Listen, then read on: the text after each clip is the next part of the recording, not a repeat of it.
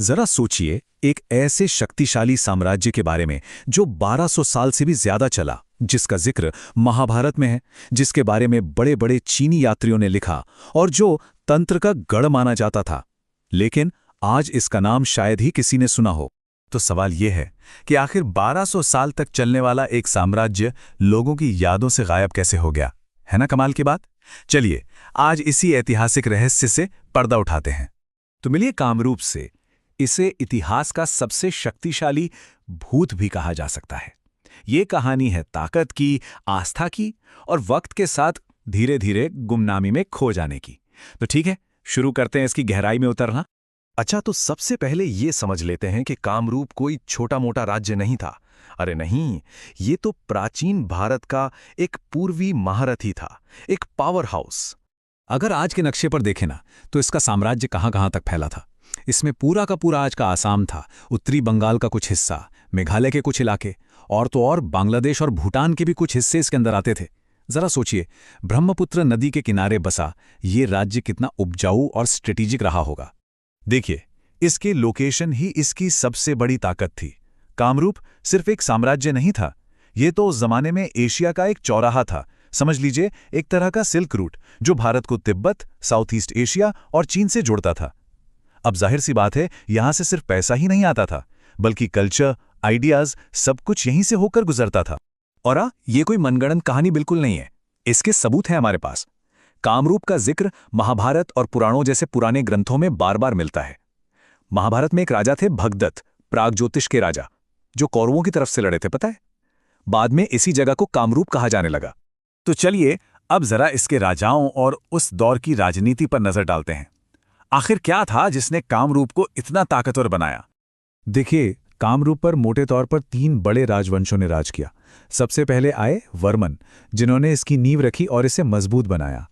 फिर आए म्लेच्छ राजवंश, जिन्होंने स्वदेशी पहचान को और पुख्ता किया।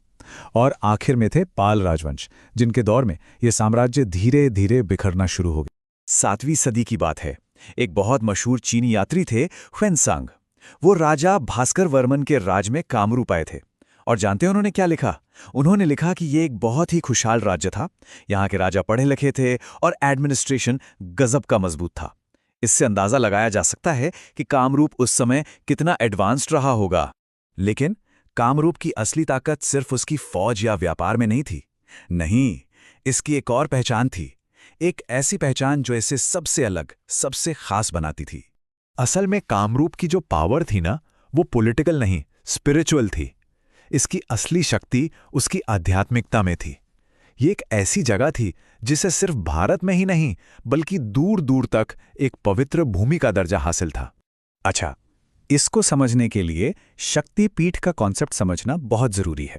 देखिए, ये वो पवित्र जगह हैं जहां मान्यता है कि देवी सती के शरीर के अंग गिरे थे। और हर शक्तिपीठ एनर्जी का एक बहुत पावरफुल सेंटर माना जाता है।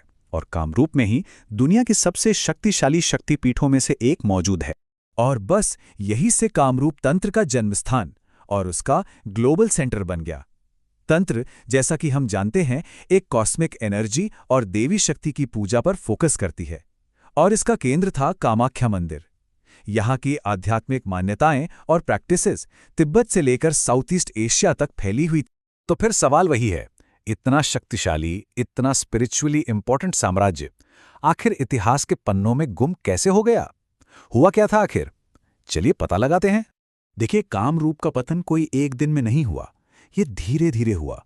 बार बार हमले हुए, अंदरूनी लड़ाइयां हुई, ट्रेड रूट्स बदल गए और ये कमजोर होता चला गया।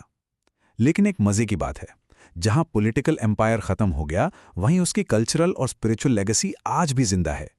आज की असमिया पहचान में, कामाख्या मंदिर में और वहां की लोक कथाओं में, हर जगह। तो कुल मिलाकर कामरूप एक ऐसा साम्राज्य था जो हर लिहाज से इंपॉर्टेंट था, पॉलिटिकली पावरफुल, स्पिरिचुअली यूनिक और इंटरनेशनली कनेक्टेड। ये भारतीय इतिहास का वो पन्ना है जिसे अक्सर हम पढ़ना भूल जाते हैं।